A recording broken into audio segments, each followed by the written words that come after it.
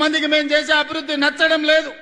మారీచులు మాయ వేషంలో, మాయలేడి రూపంలో, మాయగాళ్ళ రూపంలో మీ దగ్గరకు వస్తున్నారు. నిన్న మొన్న చూసిన కొడంగల్ పోయినరు, లేకపోతే మహేశ్వరం పోయినరు, ఇవాళ ఇంకేడుకో పోయినరు. మార్కెట్ యార్డు కట్టలేదు మీరని. 10 ఏళ్ళు మీరు ఎందుకు కట్టలేదని నేను అడుగుతున్నా.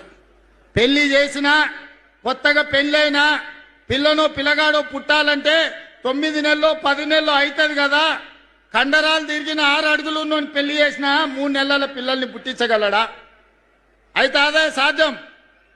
దానికి ఒక ప్రక్రియ, ఒక విధానం ఉన్నది.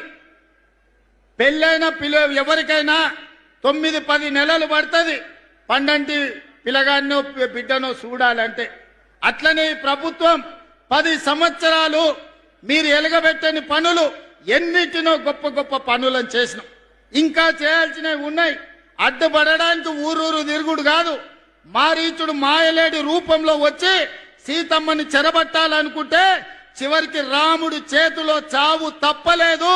మళ్ళా కూడా నేను ఈ వేదిక మీద నుంచి మళ్ళీ చెప్పదలుచుకున్నా, ఇక్కడుండే ఆదిలాబాద్ బిడ్డల సాక్షిగా ఆనాడు పిప్పిరిలో బట్టి గారు, ఆనాడు నేను ఇంద్రవెల్లిలో ఇక్కడి నుంచే దీక్ష భూని ప్రజాపాలన తెస్తామని చెప్పినాం. ఇచ్చిన మాట ప్రకారం ప్రజాపాలన తెచ్చినాం. ఇవాళ మళ్ళీ ఈ పిప్పిరి వేదిక మీద నుంచి నేను చెప్తున్నా, రాబోయే శాసనసభ ఎన్నికల్లో మళ్ళీ ప్రభుత్వం వస్తుంది, ప్రజాపాలన చేస్తుంది.